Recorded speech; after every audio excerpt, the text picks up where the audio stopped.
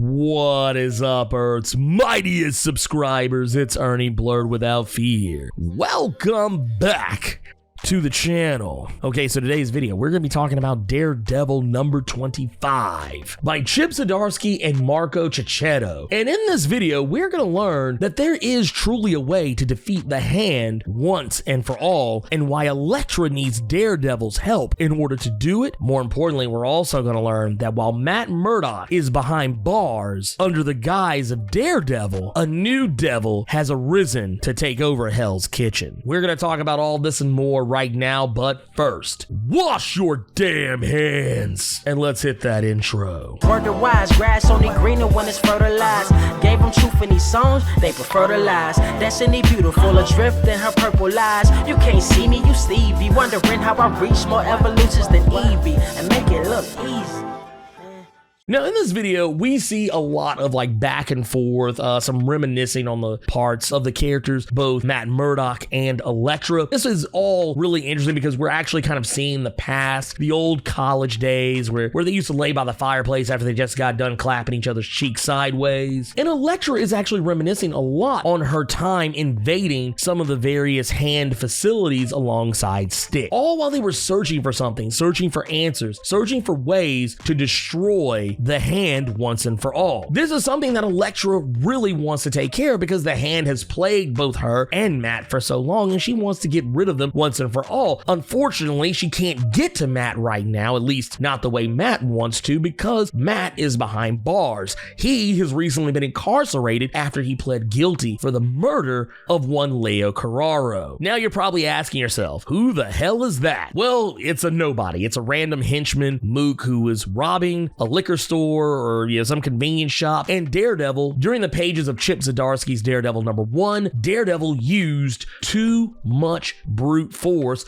when he attacked him, and he killed the man when he hit him. And this is something you could tell Daredevil knew happened because he immediately went to confession, and he was basically a wreck. And we later find out that due to Wilson Fisk watching the news, he sees that this happened and he knows that Daredevil's fingerprints are all over it. And during the pages of Daredevil number 20, even after Wilson Fisk and Daredevil had just got done teaming up along with Typhoid Mary and various other characters that Daredevil has crossed batons with in the past, when it was all said and done and all the smoke was cleared and the police showed up, Wilson Fisk outed Daredevil as a murderer. And Matt, he agreed. He said, yes, I am guilty. All of this in the wake of watching an entire neighborhood take up the mantle of Daredevil to help Matt and the Kingpin fight back against the mercenaries and villains trying to take over their neighborhood. And now that that's all kind of come to a head with Daredevil number 24, where Matt pled guilty to killing Leo Carraro, Matt is now in jail, but they haven't taken his mask. They're actually allowing him to stay in jail as Daredevil, not outing his identity. And in all this, we learn something very interesting, and we don't really get an answer for it because Elektra never gives us one, but we remember that back during the Charles Soule run on Daredevil, the Purple Children, they erased Matt's identity from everyone's memories. No one should remember that Matt is the Daredevil. We even learned during later on parts in Charles Soule's run that Elektra didn't know. Not even her. She was not immune to the Children of Kilgrave's powers, but somehow she knows that he's Matt. She recognizes it now, and she won't say why, but at the end of it all, while Elektra comes to the prison in the dead of night, much to the delight of all the other prisoners in the building, in the facility, she's trying to convince Matt to join up with her, to leave the prison and fight for a higher cause, to take down the Hand, because they have finally found the method. They finally found where it all starts, where it can be ended. And what that thing is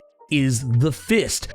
You see, the Hand represents darkness, the fist represents light, but the fist must have a queen and a king in order to wield it. But before Elektra can tell him any more than that, Matt doesn't want any part of it. He's not interested. He doesn't want to have anything to do with her. And Elektra, for all her pleading, she can't get Matt to see the reason that he could be doing something much better, that he always talked of having a higher purpose, and this is the highest of all purposes, but he won't do it. And the reason why is because Matt simply doesn't trust her. Matt doesn't believe that she's changed. He thinks that she's still a murderer, and he doesn't want to be that. He doesn't want to be seen as that, and he doesn't want to associate associate with anyone who is seen that way anymore, because he is trying to be an example for all of the other vigilantes who are out there fighting, not just the Spider-Mans and the Punishers and, so on and so forth of the Marvel Universe, but also for anyone else who has any designs on becoming a vigilante. He believes that this right now, his sitting in jail and rotting, and this is kind of, Matt Murdock's martyr complex coming out here, the fact that he thinks that this is going to actually make other vigilantes think twice and make them think more carefully when they go out and use their powers and their abilities on the criminals they lock up. And to a point, I kind of get what Matt Murdock is getting at, because essentially when you think about it, he's making a very strong case for the idea of retraining superheroes' way of thinking on how they attack people, how they attack civilians, how they attack villains. It's kind of the same idea we think about when we think about the police training, the whole defund the police thing. It's like, no, we're not saying that you should defund the police and completely get rid of the police, but you should basically take that money that you're funneling into the police and maybe not put it into giving them Captain America shields and SWAT armor, but maybe train them how to deal with and de-escalate situations more peacefully. Something, and this is a message, whether Chip Zdarsky is realizing or not, is a message that he's making, but he's using vigilantes as a stand-in for cops. Using so much brute force on an individual and killing them without even actually trying is not a good look for anybody. And I'm actually surprised that it's taking this long for a story like this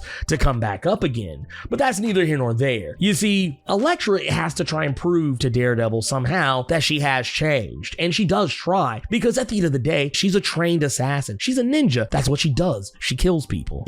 You can't take that away from her. Even to the point where someone who's making catcalls at her in the prison, she almost kills him, but she actually lets him go free. It's not until later when she's walking through Hell's Kitchen, which, by the way, for those who don't know, the reason why she was able to do what she's done, the reason why she was able to stop some of the things going on that were happening in Hell's Kitchen is because she now owns it. She bought Hell's Kitchen lock, stock, and barrel, blocking the Stromwinds from buying it out for reasons that I'm not gonna lie, I'm not 100% on, but just know that the Stromwinds were, this group of socialites and, decadents were trying to purchase off Hell's Kitchen and basically gentrify it, forcing out the people who live there, trying to kick them out on the streets. And Daredevil, one of the many things he was trying to work on while also dealing with his murder case is that he was also trying to block the Stromwinds from actually buying out Hell's Kitchen, because Wilson Fisk, he's tied up. He can't be bothered with it. He's mayor. He's tied up in other things right now. And Daredevil even got so desperate to the point that in Daredevil number 24, he asked Tony Stark to step in and buy it. But even Tony Stark couldn't do it with all his billions. And the reason why is because Elektra Nacho stepped in and did it for him. And the Stromwinds, the reason why this was such a big deal is because the Stromwinds were even going as far as bringing in guys like Crossbones and Bullseye and Stiltman to try and burn Hell's Kitchen to the ground so that they could just buy it up for the cheap, since no one would have homes there anyway. This is why Daredevil and Fisk had to team up in the first place, from around roughly Daredevil number 18 up to Daredevil number 20. So at this point, Elektra is just kind of walking around surveying the land that she's bought, what she now owns, and she winds up stumbling across a homeless woman by the name of Wilma, who is trying to get some spare change. But unsurprising to Wilma, much like in the real world, most people don't carry cash and change around on them anymore, because most people carry their money around electronically or on some kind of a credit or debit card, and Elektra is no different. She doesn't keep money on her. And something winds up happening when Elektra starts speaking with her. She ends up making a connection. Now, whether this is a long-lasting connection, who knows? Only time will tell. But Elektra, when speaking to Wilma, learns a little bit about her past. The woman was about to spin her a yarn about how she got to where she was that she almost wasn't going to tell her, but Elektra insisted, and she reveals that she used to live in Hell's Kitchen up until her husband died from a freak accident working in construction. And she doesn't necessarily say his name outright, but all the clues that this woman gives to Elektra let her know that Matt was the lawyer who stuck his neck out for her and tried to fight to get the insurance companies to pay her for her husband's wrongful death. She even points out that Matt did everything that he could possibly do to try and make things right for her. But at the end of the day, the company just had too many lawyers and they ended up just overpowering him in litigation. And this story actually touches Elektra in a way that I don't think many people normally see in this character. And even though she doesn't have any money of her own to give this woman, she actually takes takes a necklace off that she's wearing, a necklace that even by her account she says is worth $5,000, but she could get at least some of that, at least a little less than half of that back if she pawned it off, telling her to get off of these streets before anyone realizes that she has it. And though Elektra won't admit it out loud, she does still think that Matt's a fool. She thinks that he's crazy for what he's doing. But the thing is, Elektra realizes that maybe being a fool isn't so bad. Because immediately after this, we learn that criminals are now hitting the streets knowing that Daredevil is locked up. They know that they have no one to answer to. They know that they literally can do whatever they want now. Who's gonna stop them? No one's checking for Hell's Kitchen. And it just so happens that there is a new devil in Hell's Kitchen. And that is unsurprisingly Elektra Nachios.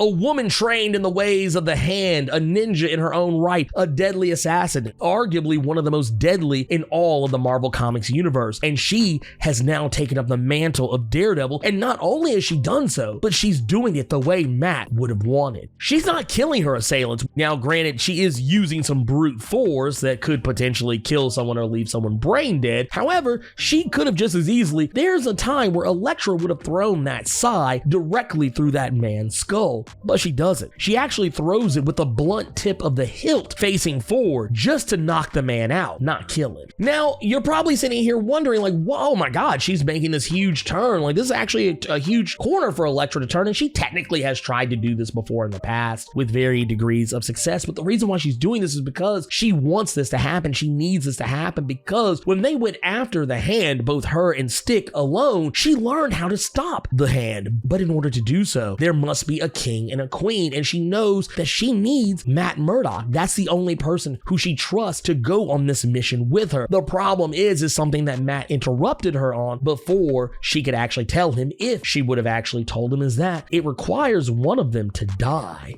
I'm gonna go ahead and tell you right now, I don't think Elektra would actually sacrifice Matt. I actually think she would have sacrificed herself. I honestly think she would have. She's done a lot for Matt, even without Matt actually asking her to do anything. But I do think it would be a shame if she died. I actually would not be mad at the idea of her maintaining the identity of Daredevil for the foreseeable future. This is something I felt in regards to characters like the Superior Spider-Man back when Dan Slott introduced Otto Octavius as the new Spider-Man. That is something I would have been perfectly fine with if Peter Parker never came back, or at least stayed gone for about 15 to 20 years, the way that Barry Allen did when he died in Crisis on Infinite Earths and Wally West took over. I would have been perfectly fine with that, but I don't think that's what we're gonna get. But that said, I actually think it's a really cool turn for her. This is something that I really think can work. I think Elektra being the new and current Daredevil is probably the best possible outcome that could have came out of all of this. I know some people probably would have expected it to be like a Samuel Chung blind spot before Elektra, but no, I'm very happy with this. I think this is actually really cool. This has technically become a key issue. This issue actually is blown up. Apparently people are selling it on eBay already for like $100. So I mean, hey, go out there and get it before they're all gone. You get me? Anyways, I love this issue. Really enjoyed it. Let me know what you guys thought about Daredevil number 25 by Chip Zdarsky and Marco Cicchetto. How long do you think Elektra's going to hold on to the Daredevil mantle? And do you think she's going to end up eventually telling Matt what is really going on with the fist? And how do you think Matt's going to react to her taking up his mantle and the new way she's fighting crime? Wash your damn hands and sound off in the comments. So hey, you made it to the end of the video. Awesome for you. If you enjoyed this video, and if you made it this far, I don't see how you didn't, do me a favor.